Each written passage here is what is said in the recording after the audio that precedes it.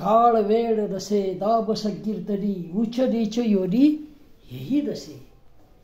सदा सर्व काळ धरा नाम कंठी भगतो गोपाळ सांभाळील. कृपाळू कोवसा सुखाचा सागर कृपाळू कोवसा सुखाचा सागर करील उद्धार भाविकाची. दाबा भरे फार सोपे हे साधन दाबा भरे फार सोपे हे साधन वाचे नाम घेणे इतुकेची. हा 4 चरणांचा संत नामदेव महाराजांचा अभंग आहे.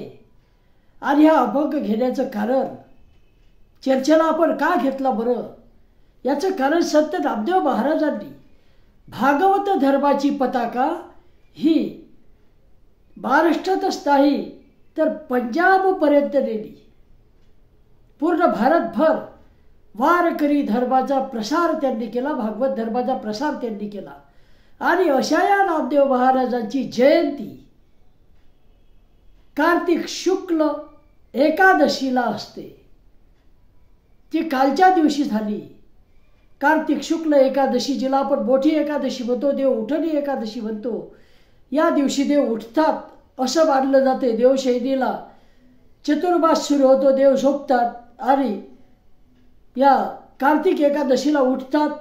आणि याच दिवशी पंढरपूरला खूप मोठी अशी यात्रा असते. अशा या पवित्र दिवशी नरसी नामदेव नावाचं जे गाव आहे हिंगोली जिल्ह्यामध्ये, या ठिकाणी दामा शेट्टी आणि गोराई मातेच्या पोटी संत नामदेव महाराजांचा जन्म त्या ठिकाणी झाला.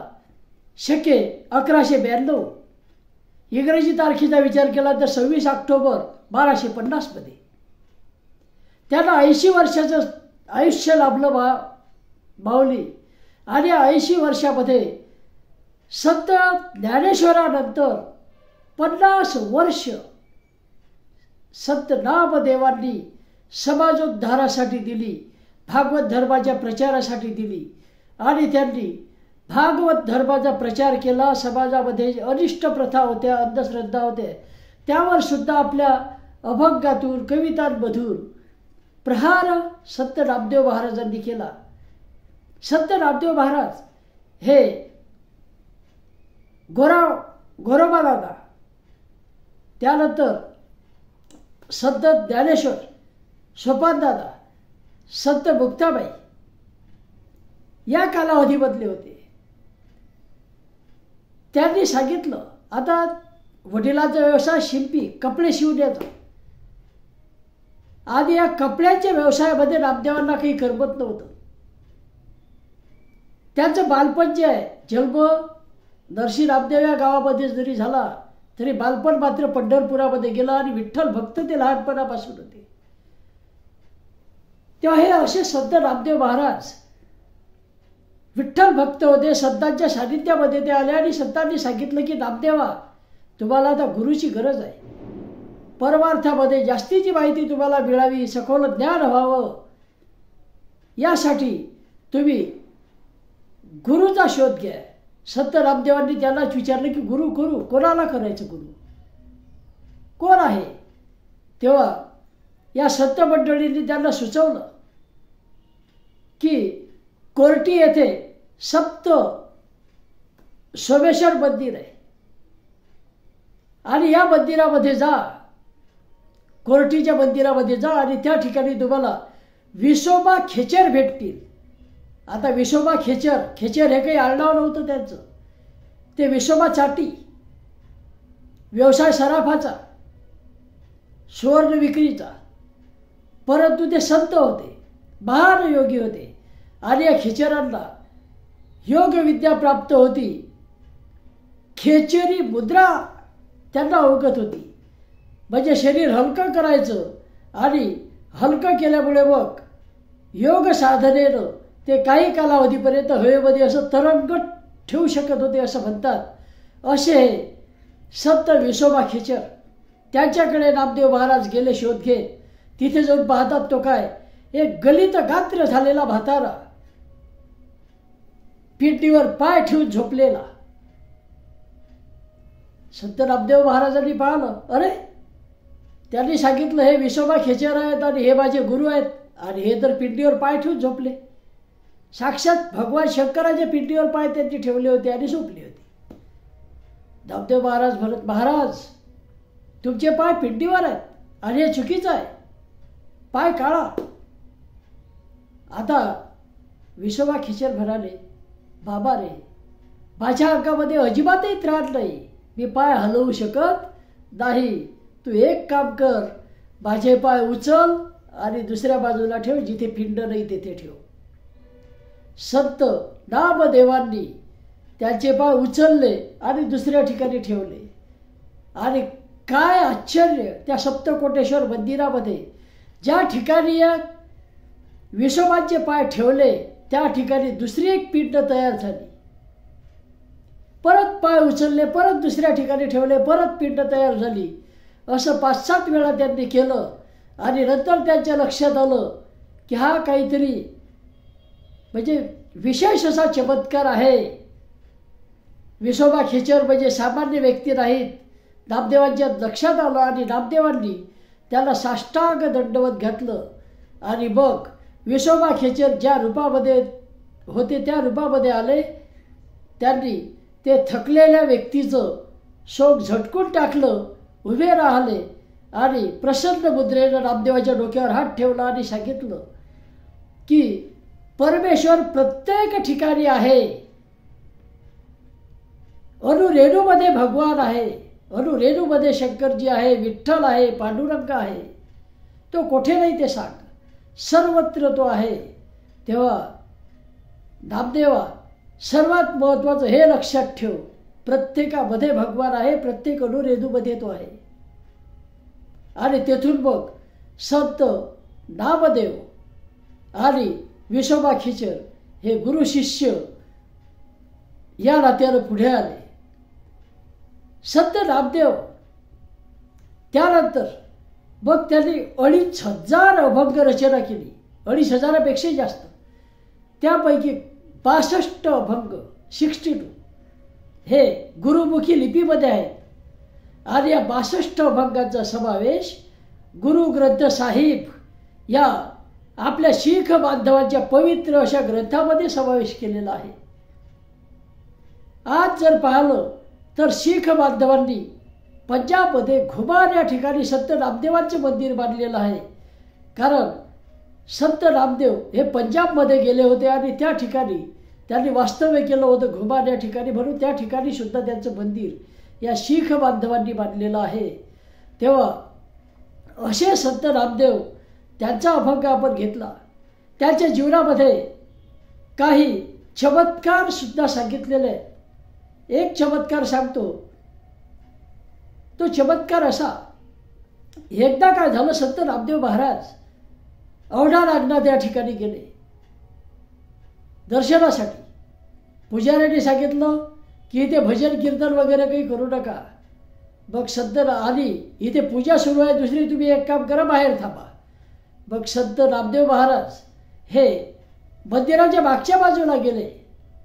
मंदिर पूर्वाभिमुख होतं, ते पश्चिमेला गेले आणि त्या ठिकाणी भगवान शंकराची आराधना त्यांनी सुरू केली, आळवणी सुरू केली.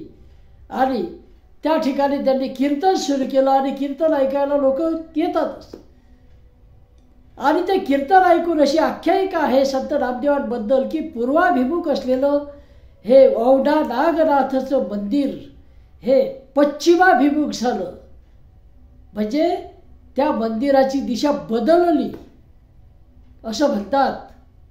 तेव्हा असे संत नामदेव, त्यांची थोरवी अशी होती, लहानपणापासून ते प्राणीमात्रामध्ये देवाला पाहायचे. एकदा काय झालं, देवाचा नैवेद्य घेऊन ते जात होते. तूप होतं वाटीमध्ये आणि पोळी होती, चपाती होती. पोळी एका कुत्र्याने त्यांच्या हातामध्ये घेतली, तोंडामध्ये घेतली आणि धावत सुटला. आता संत नामदेवांनी काय करावं? संत नामदेव त्याच्या मागे गेले.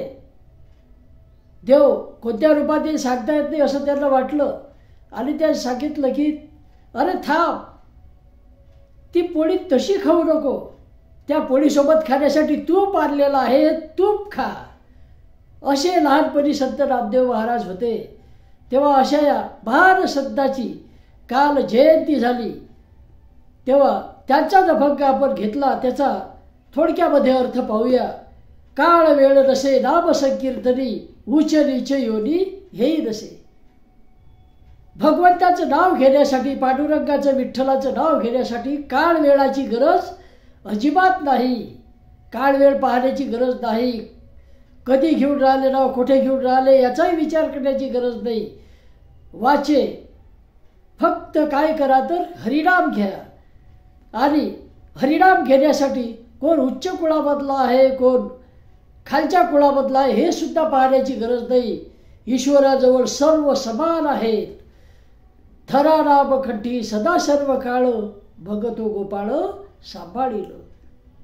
कंठामध्ये सदा सर्व काळ ईश्वराचं नाव असू द्या, विठ्ठलाचं नाव असू द्या. आणि विठ्ठलाचं नाव जर आपण घेत राहिलो तर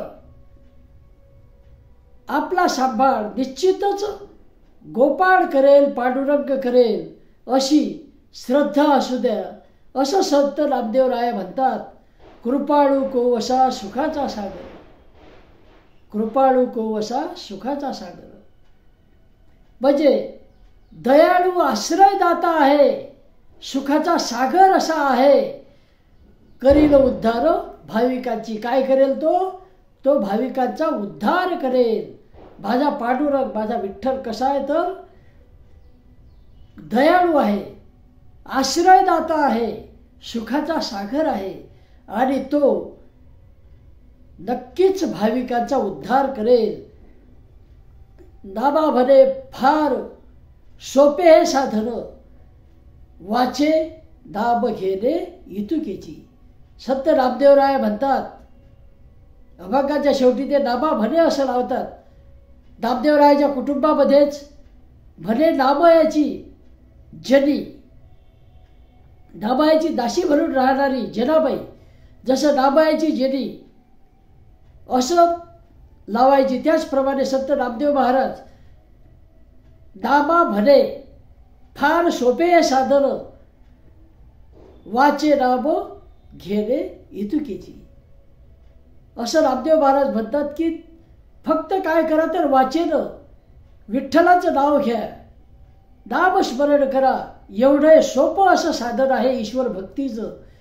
कर्मकांडाची, कोणत्याही थोतांडाची अजिबात गरज नाही. श्रद्धा ठेवा, अंधश्रद्धा ठेवू नका. ईश्वर भक्तीसाठी प्रभूचं नाम घेणं महत्त्वाचं आहे. इतर काही विचार करण्याची गरज नाही माऊली. हरिनाम घ्या म्हणतात, हरिनाम घ्या फुकाचे. तेव्हा हरिनाम घ्या, विचार चांगले ठेवा. कोणाचं नुकसान आपल्यामुळे होणार नाही हा विचार करा. कोणी तुमचं नुकसान करत असेल तर त्याच्याबद्दल राग ठेवू नका, त्याच्या वृत्तीचा राग करा. तेव्हा असं संत नामदेव महाराज सांगतात. सर्व संतांची शिकवण हीच आहे. तेव्हा विचार जर चांगले असले तर नक्कीच आपलं आरोग्य चांगलं राहते. आरोग्य चांगलं राहिलं तर शारीरिक आणि मानसिक बळ आपल्याला मिळते. संकट सोसण्याची शक्ती आपल्याला मिळते. संकट हे मानवावर येणारच आहे. बघ, ईश्वर नामामुळे, ईश्वर भक्तीमुळे, श्रद्धा ठेवण्यामुळे काय होते तर या संकटामधून बाहेर येण्याची ताकद आपल्याला मिळते, बळ मिळते. आणि ते बळ संत नामदेव महाराज सांगतात की नाम घेतल्यामुळे आपल्याला बळ मिळते. संकटामधून आपण तारून जातो, संकटामध्ये टिकून राहतो आणि अजून बलवान होऊ शकतो. असा हा 4 चरणांचा अभंग अगदी साध्या सरळ भाषेमध्ये संत नामदेव महाराजांनी लिहिलेला आहे. आणि त्यामधून भक्तिमार्ग आपल्याला सांगितला आहे, नामाचं महत्त्व सांगितलं आहे. काळ वेळ नसे नाम संकीर्तनी, उच्च नीच योनी हेही नसे. धरा नाम कंठी सदा सर्व काळ, भगतो गोपाळ सांभाळील. कृपाळू कोवसा सुखाचा सागर, करील उद्धार भाविकांचा. दाबामध्ये फार सोपे हे साधन, वाचे नाम घेणे तुकेची. त्या असा हा संत नामदेव महाराजांचा अभंग आहे. त्यांच्या जयंतीनिमित्त आपण या अभंगाचा अर्थ समजून घेण्याचा प्रयत्न केला. त्या नामदेव महाराजांनी ज्ञानेश्वरानंतर मी सांगितल्याप्रमाणे 50 वर्ष भागवत धर्माचा प्रचार केला आणि अशा थोर संतांना त्यांच्या जयंतीनिमित्त आपण त्रिवार अभिवादन करूया, वंदन करूया. जय संत नामदेव. राम कृष्ण हरी, पांडुरंग हरी. जय हरी माऊली. जय हरी.